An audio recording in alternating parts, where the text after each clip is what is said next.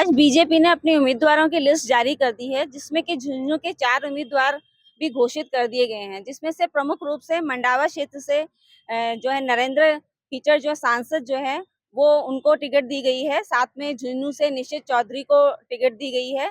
इसके साथ ही उदयपुर वाटी से शुभकरण चौधरी और नवलगढ़ से विक्रम जाखल को टिकट दे दी गई है। अभी हमारे साथ हैं नरेंद्र कीचड़ जो कि प्रेजेंट में झुंझुनू से सांसद भी हैं। सबसे पहले तो राजस्थान तक की तरफ से हम आपको बहुत-बहुत बधाई देते हैं सर। और आपका बहुत-बहुत धन्यवाद। आगे मतलब क्या स्ट्रेटेजी रहेगी आपकी? स्टडी ये है, भारतीय जनता पार्टी ने केंद्र के नेतृत्व में और राजस्थान के नेतृत्व में हमें टिकट मिला है। निश्चित रूप से मंडावा को तो निश्चित रूप से जीते ही जीतेंगे। हमारे झुंझुनू जिले में 7 सांसद 7 विधायक हैं और एक हमारे संसदीय क्षेत्र में फतेहपुर आता है, तो 8 विधायक हैं। 8 को हम जिता कर ले जाएंगे। मेरा खुद का भी फर्ज और कर्तव्य बनता है कि मैं यहाँ का सांसद हूँ।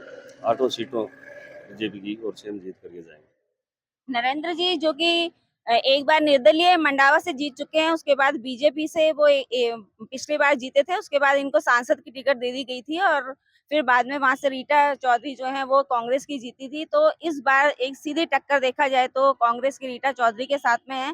तो क्या स्ट्रेटेजी रहेगी कि आप रीटा को हरा पाएंगे?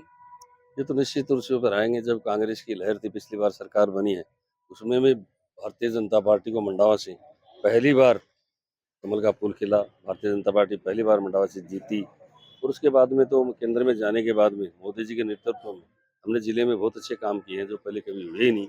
मेडिकल कॉलेज का खुलना, हमारे सभी शहरों में बाईपास निकलना, एक्सप्रेस ट्रेनों का चलना, बहुत से ऐसे काम हुए हैं जो मोदी जी तो द्वारा कोरोना जैसी परिस्थितियों में यहाँ सबको वैक्सीन फ्री देना और 5-5 किलो फ्री अनाज देना, सभी जनता को इतनी सुविधा दी है। किसानों को 2-2 हज़ार रुपये किस्त के 6 हज़ार रुपये प्रतिवर्ष देना।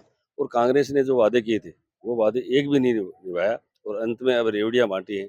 उस हिसाब से मैं कह सकता हूँ कि हम 8 सीटें जो झुंझुनू संसदीय क्षेत्र में आती हैं जीतेंगे। सर एक तरीके से आप सांसद की सीट पे थे और उससे अब आपको विधानसभा में टिकट दी गई है, तो एक तरीके से आपको एक तरीके से आप डिमोलाइज हुए हो, नहीं, तो नहीं, उस पे आप डिमोरलाइज़ क्या नहीं कहना करना। है? आप खुद सोचते हो, लोग सारे यही कहते हैं कि बड़ा चुनाव तो कोई जीत सकता है। छोटे चुनाव जीत करके दिखाएँ। आपको पता है विधायक का चुनाव संसद के चुनाव से सांसदीय चुनाव से बड़ा हार्ड है।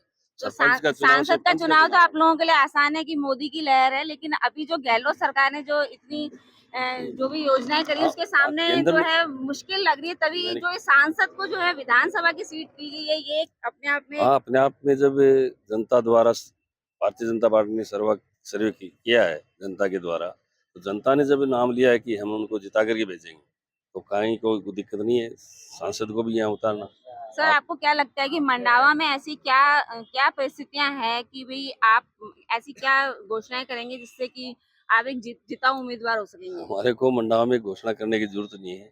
हमारा मोदी जी का नेतृत्व है। यहाँ भी मैं नरेंद्र कुमार के नाम से प्रधान से लेकर के आज मुझे 18 साल हो गए काम करते और जनता को विश्वास है और आप भी ने भी सुना है और जनता भी कहती है कि नरेंद्र जी आएंगे तो निश्चित रूप से कांग्रेस को हराएंगे और कांग्रेस को हराएंगे ही नहीं हम। हमने उपचुनाव में कांग्रेस जीतने से जीती थी, उससे ज्यादा वोटों से मंडावा में जीतेंगे। तो मतलब मेन मुद्दे क्या रहेंगे? मुद्दे हमारे को बताने की जरूरत नहीं, हमारा काम क्या हुआ। हमें सत्यमेव जयते जैसे कहा जाता है, तो सत्य हमेशा जीतता है। हम काम करने में विश्वास ज्यादा रखते हैं, मुद्दों में विश्वास नहीं रखते। मेरे को जनता पूछती नहीं आप क्या करोगे। मेरा तो एक आना ही, जनता के बीच में आना ही विधायक के रूप में बहुत बड़ी बात है। तो लेकिन ये बात भी है कि क्या क्या कारण है कि शेखावटी से जो है बीजेपी कभी भी अपनी ज्यादा सीट जीत नहीं पाई है, केवल पिछली बार भी एक ही सीट जीत पाई थी। अब भी देखो कुछ वोटर से पहले से ही रामनाथ जी का नेतृत्व रहा है, आज़ादी के बाद भी वो ही अकेले रहे। तो एक बार आपको पता ही है कि जब एक ही काम चलता रहता है तो लोग उसी में चलते रहे। कुछ परिस्थितियाँ जातिगत भी इस तरह की हैं जो कांग्रेस को ज़्यादा वोट देती हैं। वो मंडावा विधानसभा क्षेत्र में संख्या उनकी ज़्यादा है, इसलिए थोड़ा चुनाव तो मुश्किल है ही है, लेकिन हम निश्चित रूप से जीतेंगे क्योंकि हम मेरे को साथ सभी जाति और धर्म वाले सभी मानते हैं। मैं कभी भेदभाव नहीं करता, हिंदू मुस्लिम सिख ईसाई का भी नहीं करता।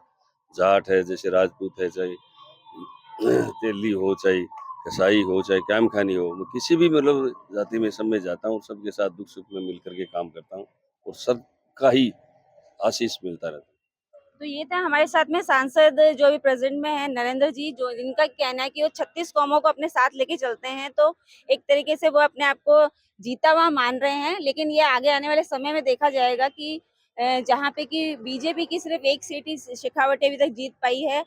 तो ये आगे आने वाला समय बताएगा कि ये अपनी पार्टी को कितनी जीत दिला पाएंगे और जो कि अपनी सरकार बनाने में अपनी महत्वपूर्ण भूमिका अदा कर पाएंगे या नहीं कर पाएंगे। झुंझुनू से नैना शेखावत, राजस्थान तक के लिए।